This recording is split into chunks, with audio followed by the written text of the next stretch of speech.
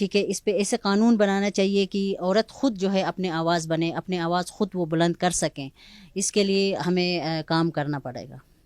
درج تو کراتے ہیں، تھانوں میں بھی ہوئے ہیں، بہت سارے ایسے جگہوں میں ہوئے ہیں، کورٹ میں بھی ہوئے ہیں، لیکن اس پہ کام ہوتا نہیں ہے. ہمارا معاشرہ ایسا ہے کہ مین ڈومیننٹ معاشرہ ہے. یہاں پہ مردوں کا ہی سنا جاتا ہے، عورتوں کے نہیں سنے جاتے ہیں. جس عورت کے کوئی کیس تھانے میں گئے وہ بدنام ہوتا ہے.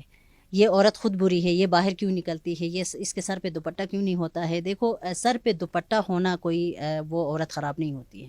ٹھیک ہے، جب کوئی عورت معاشرے میں باہر نکلتی ہے، مارکیٹ میں نکلتی ہے، کام کر رہی ہے، تو سب مل کے اس کا ساتھ دینا چاہیے. ہمارے مردوں کو بھی چاہیے، بھائیوں کو بھی چاہیے کہ ان کا ساتھ دے دیں.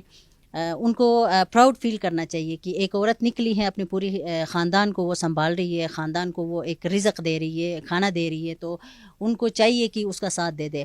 ایون ہماری مارکیٹ میں جو ہے، اس میں یہاں پہ ہم 4 سے 5 عورتیں ہیں، باقی مرد ہیں. ہمیں خود یہاں پہ اتنے ایشوز ہوتے ہیں. شام کو ہم 7 بجے کے بعد دکان میں بیٹھتے ہیں، کام کرتے ہیں، تو کیونکہ ہمارے پاس ٹیلرنگ کا کام ہوتا ہے. ہم کبھی کبھی لائٹ نہیں ہوتی ہے، لائٹ کا بڑا ایشو ہوتا ہے گلگت میں. ہم رات کو بیٹھ کے کام کرتے ہیں، رات کو بیٹھ کے کام کرنا ہوتا ہے. ہم رات کو بیٹھتے ہیں تو یہاں پہ اندھادھند لوگ آئیں گے، اندر گھس جائیں گے، کبھی نمبر مانگیں گے، کبھی کیا کریں گے. اس طرح کے ہم اگر ان کو کچھ کہیں گے تو آپ اگر مارکیٹ میں نکلی ہے تو آپ نے برداشت کرنا ہے. یہ جواب ہمیں سامنے سے آتا ہے. اور دوسری بات جو ہے، یہاں سے جائیں گے، لڑکی اگر نظر آئی دکان میں تو اندر گھس جائیں گے، یا کوئی کمنٹ کریں گے، یا پھر ہم کچھ کہیں گے تو پھر وہی غلطی ہم پہ کریں گے. آپ اپنے دکان کے اندر بیٹھو نا، باہر کیوں نکلتی ہو. ظاہر ہے میں مارکیٹ میں نکلی ہوں تو میرا کبھی این ایل آئی میں کام ہوتا ہے، کبھی یہاں پہ مارکیٹ میں کام ہوتا ہے، کبھی مجھے کسی کام سے دوسری دکان جانا ہوتا ہے. میں اندر بند ہو کے رہنے کے لیے میں نے دکان نہیں کھولا ہے. تو یہ چیزیں ہیں، یہ بہت زیادہ ایشوز ہے ہمارے عورتوں کے لیے. لیکن آواز بلند کرنے کے لیے، وہ ایشوز کو باہر نکالنے کے لیے جو ہے، ہماری عورتوں کے اندر ہمت نہیں ہے، کیونکہ ان کو ایسے دبایا گیا ہے کہ وہ اپنے آواز بلند نہیں کر سکتے. ہمارے لیے بہت زیادہ ایشوز ہے. اسی کی وجہ سے جو ہے پھر ایشوز آتے ہیں، سوسائڈ کا ایشو آتا ہے، دوسرے جو ہے مینٹلی ایشوز آتے ہیں. اس ٹائم جیسے عورتوں کے ساتھ آج کل مینٹل اس کا ایشوز بہت ہے ہمارے عورتوں میں. ہر دوسری عورت جو ہے وہ مینٹلی ڈسٹرب ہے. ہم باہر نکلے ہیں، ہم کام کر رہے ہیں. ہم خود مل کے اگر اس پہ ہم اس ایشوز پہ ہم کام کریں گے تو میرے خیال ہے کوئی مشکل نہیں ہے، ہو جائے گا یہ. لیکن ہم خود ڈر رہے ہیں، ہم خود ڈرتے ہیں کہ ہم اپنے ایشوز کہیں اداروں میں جا کے ہم ڈسکس کریں گے.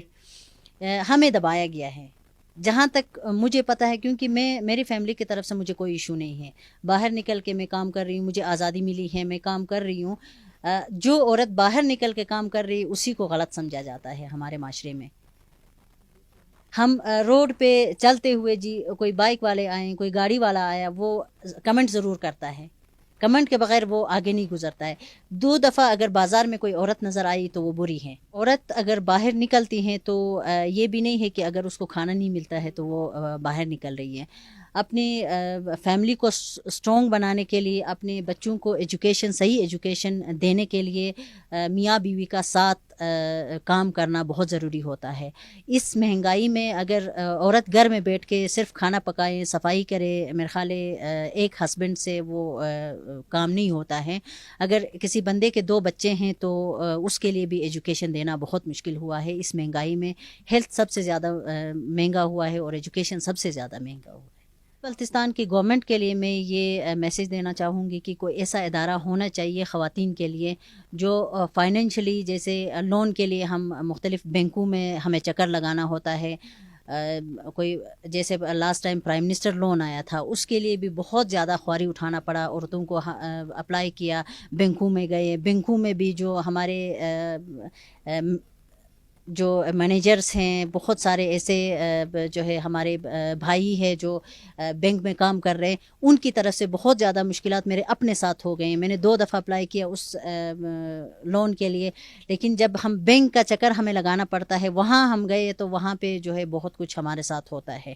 ٹھیک ہے، ایسا کوئی ادارہ ہونا چاہیے جہاں پہ خواتین ہی ہو، خواتین کے جو مسئلے حل ہونے کے لیے، خواتین کے مسئلے حل کرنے کے لیے خاتون کا ہونا بہت لازمی ہے۔ مختلف اداروں میں جیسے بینکس ہیں ہمارے، وہاں پہ اگر کوئی خاتون جاتی ہیں تو وہاں پہ اس کے کام کرنے کے لیے کوئی خاتون کا ہونا بہت لازمی ہے۔ اور دوسری بات، کوئی ایسے جیسے مختلف ایسے ادارے ہیں جہاں پہ خواتین کے لیے جو ہے لونز ملتی ہیں بغیر انٹرسٹ کے، لیکن ہمیں پتہ نہیں چلتا ہے، ہر کسی کو پتہ نہیں چلتا ہے۔ جو سوشل میڈیا استعمال کرتی ہیں یا پھر کوئی جہاں سے ان کے رشتہ دار کہیں پہ اداروں میں ہیں تو ان کو پتہ چلتا ہے، وہ وہاں پہ اپروچ کر سکتے ہیں۔ لیکن ایسے خاتون بھی ہے کہ وہ مارکیٹ میں نکلے ہیں، بزنس کر رہے ہیں، لیکن ان کو لون کا ایشو ہوتا ہے، وہ اپنے بزنس کو آگے نہیں بڑھا سکتے ہیں، ان کے لیے بہت سارے ایشوز ہوتے ہیں۔